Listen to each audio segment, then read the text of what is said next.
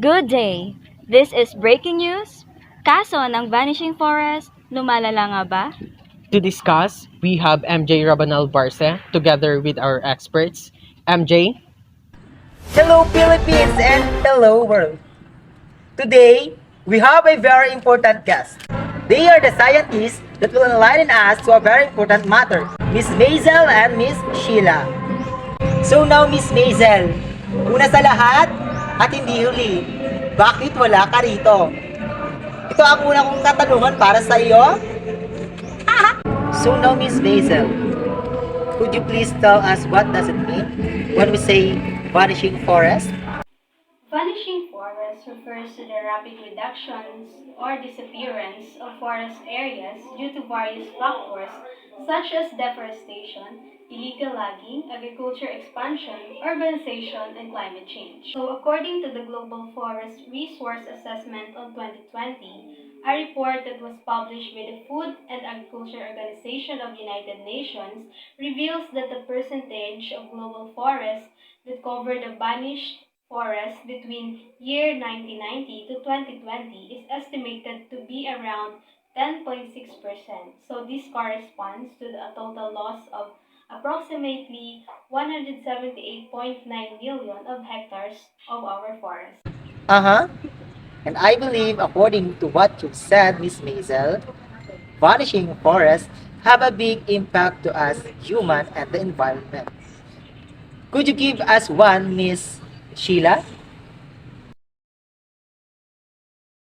As you know, Miss Barce, the most immediate impact of deforestation occurs at the local ones with the loss of ecological services and related ecosystem. And of course, ang daming benefits and advantages ng forest sa ating mga tao. Example na lang is, of course, erosion prevention, flood control, fisheries protection, and pollination. So, ilan lang yun sa mga advantage ng forest sa atin. So, dun din tayo, especially the local ones, so dun tayo kumukuha ng mga natural resources like fruits, vegetable, nuts, at kung ano-ano pa. Siyempre, pag nagkaroon ng sobrang deforestation sa isang lugar o sa isang bansa, so nagkakaroon ng negative impact yon, at yung impact na yun is pang matagalan. Of course, over the longer period of deforestation, ang daming disadvantages sa atin yung mga tao.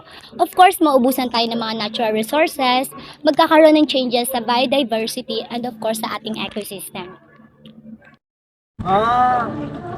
Deforestation is a big distraction to all living organisms. So, for all the people who's watching right now, we must protect the environment. Okay, thank you for our guests. That's it for today. I'm MJ Barca, and this is Breaking News!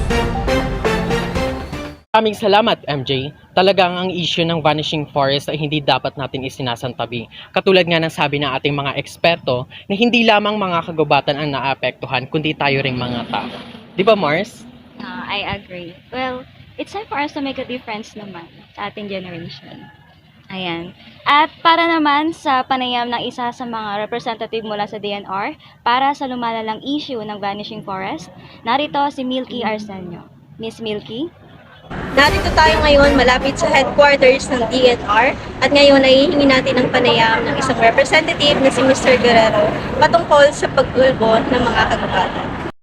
Magandang umaga sir, kamusta po kayo? Gandang umaga din, okay lang naman. Ano pong hakbang ang mga isinasagawa ng DNR patungkol sa problemang kinakaharap nito tungkol sa pagkasira o pagkawala ng ating mga kagubatan? Ayun nga no, kung titingnan natin no, ang pagkaubos o pagkawala ng mga kagubatan sa ating lugar ay isa sa mga issue na unti lang nakakaalam pero malaki ang epekto sa atin. So kami sa DNR ay marami kaming mga projects na naglalayon na tulungan na mapuksa ang pagkawala ng pagkanipis ng mga kagubatan na ito. No, isa nga sa mga project na aming in-implement ay implementation of the National Greening Program or NGP. So ang NGP na ito ay naglalayon upang maibalik ang mga nawalang kagubatan na ito sa pamamagitan ng pagtatanim na aabot sa 1.5 million hectares. At ini-encourage din namin ang mga farmers at ang ating mga mamayan ng pagtatanim sa pamamagitan ng pagbibigay sa kanila ng mga seedlings at iba pang mga technical na bagay. At isa din sa aming pinupush ngayon ay ang strengthening and partnerships and collaborations.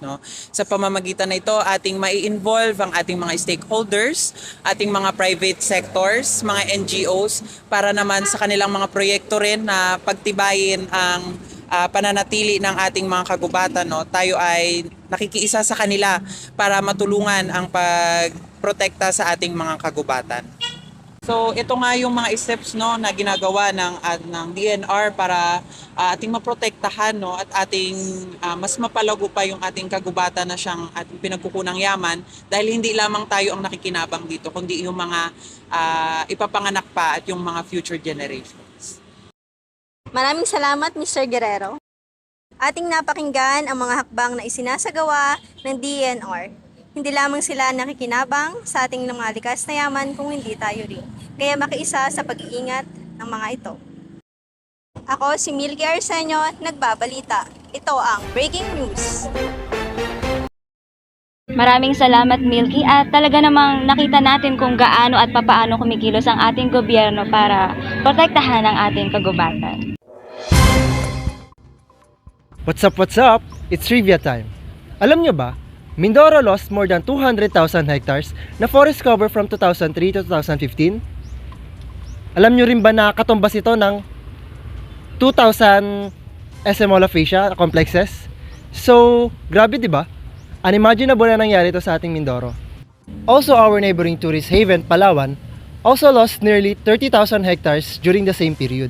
Combining the lost forests of Mindoro and Palawan, Mimaropa will be considered as the most deforested region sa Pilipinas. Yan ang ating trivia for today. Sana't may natutunan kayo. Ako si Joshua Toledo, Breaking News. Diyan na lamang nagtatapos ang ating balita. At castmates, 25 days na lang before Christmas. At muli, ito si John Enriquez. Nailin Fernandez. At ito ang Breaking News.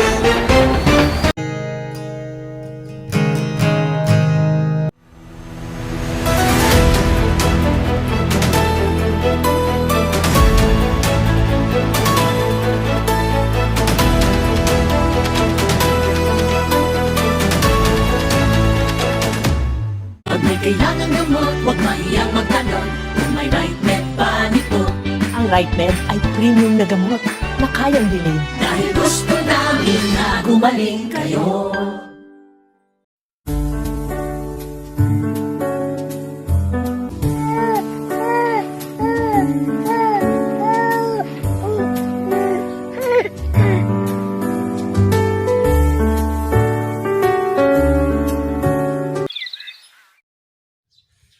Too hot? Oh no! Dirt and oil buildup.